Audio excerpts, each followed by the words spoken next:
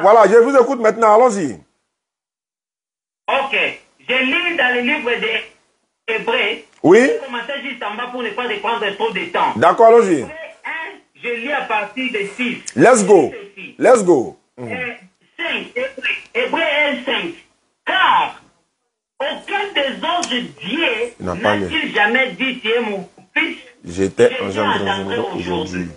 Et encore, je serai pour lui un père et il sera pour moi un fils. Et lorsqu'il introduit de nouveau dans le monde le premier-né, il dit que tous les anges de Dieu l'adorent. Ici on parle de qui, qu'on adore qui? Je t'écoute, hein. Voilà, il dit, lorsqu'il introduisit de nouveau dans le monde le premier-né, il dit que tous les anges de Dieu l'adorent. De plus, il dit des anges, celui qui fait des anges de vent et des serviteurs de flammes de feu. Mais il dit au Fils, sac de Bible là-dedans. Oh Dieu est éternel. Le sceptre de ton règne est un sceptre d'équité. Qu'est-ce que cela veut dire, frère? Je ne sais pas comment vous comprenez ces versets. Parce qu'ici, on parle de Dieu qui est en train d'introduire le Fils. Dieu Jésus-Christ.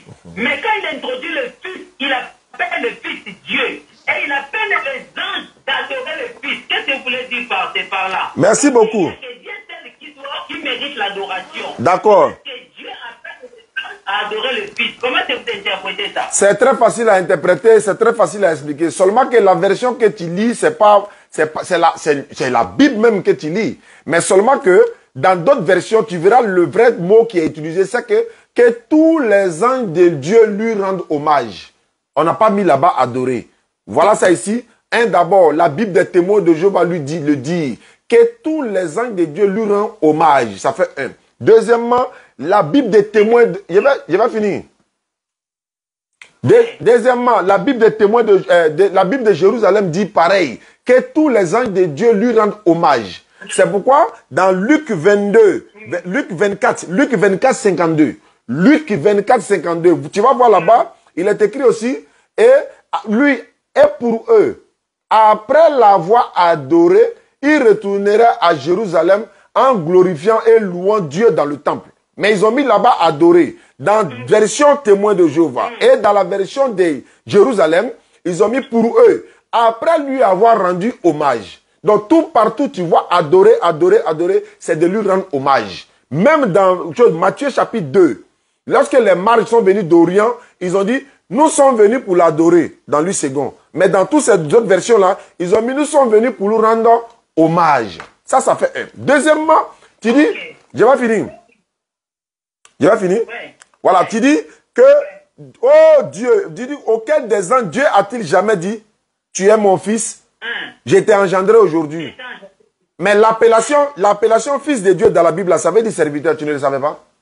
Dieu a-t-il engendré des anges? Non. Engendré veut dire quoi? Engendré est un acte animal ou encore humain sexuel qui relève du basse fonction du sexe. On ne peut pas attribuer ça à Dieu. Dieu va engendrer comment? Engendrer est un acte animal ou encore un acte humain, ça veut dire que sexuel. Est-ce qu'on peut attribuer ça à Dieu? Non. Donc, ici, quand on dit, Dieu a-t-il dit, auquel des anges Dieu a-t-il jamais dit, il est engendré aujourd'hui? Ça veut dire que les anges sont enfants de Dieu aussi. Donc, le thème qui est utilisé, fils, ça veut dire serviteur. Tu peux voir ça, n'est-ce pas, dans l'introduction de la Bible de Jérusalem, des Jean, le livre des Jean, l'introduction, fils de Dieu, est expliqué là-bas. Et je continue. Lorsqu'il introduit de nouveau dans le monde, le premier-né, est-ce que Dieu est-il le premier-né de quelqu'un? C'est comme dans Colossiens 1,15. On dit, il est le premier-né de toute la création. J'ai bien. Je suis en train de donner l'enseignement, après tu vas parler. Je t'écoute, pardon. Bon, vas-y, il faut parler. Une seconde par rapport à ce que tu dis. Vas-y. Une seconde par rapport à ce que tu dis. Je vais te remettre la parole. Vas-y. Ma question est celle-ci. De toutes les versions de la Bible, qu'est-ce que toi tu crois? À quel de quoi je crois? Dans toutes les versions de la Bible, tu m'as parlé de Bible des témoins de Jéhovah. On appelle ça la traduction du monde nouveau. Il y a version de Jérusalem. Moi, je suis en train de lire le Louis II. Il y a plusieurs versions de Bible. Toi, tu crois à quelle version? Parce que tu es en train de défendre une histoire par rapport à la version que je ne suis pas en train de défendre une Bible. Je suis en train de donner traduction de certaines versions de la Bible qui te dit que c'est pas adorer qui est écrit, mais c'est hommage. Mais est-ce que toi, tu as le texte original? Est-ce que toi, tu as le texte... Attends d'abord. Est-ce que tu as le texte original de la Bible? Tu n'en as pas? Donc, si je te dis, qu'est-ce qui a été dit à l'origine? Tu ne peux pas trouver. Donc, quelle est la version de Bible que moi, je crois? Moi, je ne crois à aucune Bible dans sa totalité. Il n'y a aucune Bible qui est correcte dans sa totalité. Le musulman croit à la parole de Dieu authentique qui est dans la Bible, mais toute la Bible n'est pas la parole de Dieu. Que ce soit Jéhovah, que ce soit Jérusalem. Voilà. Écoute-moi ce que j'ai dit. J'ai dit, la Bible n'est pas dans sa totalité la parole de Dieu, mais elle contient des paroles de Dieu. Ça veut dire, moi, je ne crois pas à la totalité de la... Même toi-même là, si elle te donne des versets dans la Bible, tu vas t'entêter pour dire c'est vrai, mais à ta conscience va te dire c'est pas vrai. Donc, on ne va pas rentrer dans ça. Est-ce que le sujet, toi et moi, notre sujet aujourd'hui, c'est quoi? Tu veux prouver que Jésus-Christ est Dieu? Rentrons dans ce que tu dis. Rentrons dans ce que tu dis. Tu parles, ce n'est pas l'adoration, c'est l'hommage. Là, déjà, c'est un tir entre parenthèses parce que moi, je sais que c'est l'adoration. Vous avez posé une question ce jour-là. Comment Dieu qui était dans le ventre du mari, qui était dans le ventre de Marie et qui était dans le ventre du mari, quand on baptisait Jésus, la voix qui se fit attendre au dehors dans lequel, c'était quelle voix? Le problème, c'est celui-ci, mon frère. Je ne sais pas votre nom, je m'excuse. Oustaz. Le nom, c'est Aka. Non, Oustaz. Aka, c'est mon fils. Ok. Oui. Oui, mon frère, je ne suis pas venu ici pour t'embarrasser. Non, il n'y a pas de problème. Ça me fait plaisir. Allons-y, je t'écoute. Je vais te poser comme une question. Lisons encore un verset. Non, toujours dans le livre d'Hébreux là, tu m'as interprété, tu as dit l'adoration, c'est l'hommage par rapport à la Bible que tu as lu. Alors, maintenant, descendons en bas. Comment que tu interprètes le dernier verset ici? Quand on dit que Jésus-Christ est l'empreinte de Dieu, l'empreinte veut dire quoi? Est-ce que pour être une empreinte, vous n'êtes pas la même personne? Ou encore, est-ce qu'on peut se dissocier de sa parole? On dit que Jésus c'est la parole de Dieu. Si les musulmans croient que Jésus c'est la parole de Dieu, ma parole ce n'est pas moi. C'est encore une question, je vous écoute. Bon, quand on dit Jésus est l'empreinte de Dieu, il faut que Dieu soit un humain pour avoir une empreinte. Alors que Dieu n'est pas un humain. Dieu est esprit. Est-ce qu'il y a un esprit en empreinte? Ah frère, réfléchissez un peu les gars. Il va finir. Il va finir, tu poses question. C'est le problème qui est là. C'est le problème qui est là. Je vais te faire quoi en chair et en os. Lisons la parole. Dieu en chair et en os. Parce que tu vois, il faut bien fouiller la Bible qu'on fait cette... D'accord, lisons. Faut me montrer Dieu en chair et en os. Montre-moi Dieu en os. Je suis dans Genèse. La Bible dit qu'il est l'empreinte du Dieu invisible.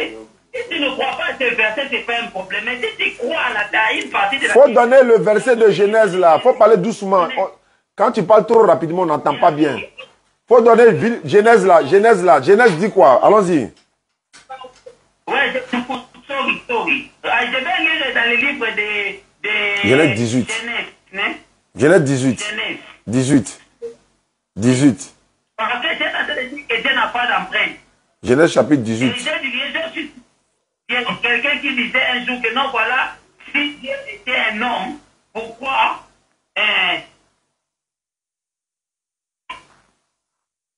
dans le livre de Genèse, Genèse 12, hein? Hey.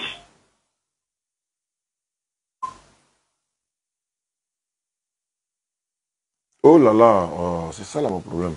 Allô? Allô, bonsoir, Rivet. Bonsoir, c'est qui?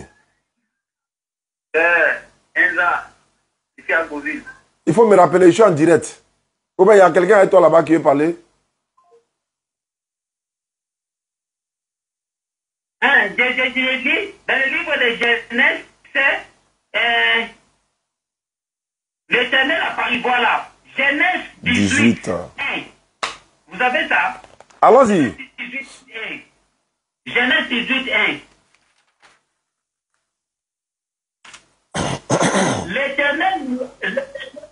Allô? Oui, allons-y. Vous avez dit qu'il n'a pas déjà d'empreinte. L'Éternel lui apparut parmi les chaînes de Mamré Quand l'Éternel apparut à Abraham parmi les chaînes de Mamré, comme il était assis à l'entrée de sa tente pendant la chaleur, il leva les yeux et regarda et voici 3 hommes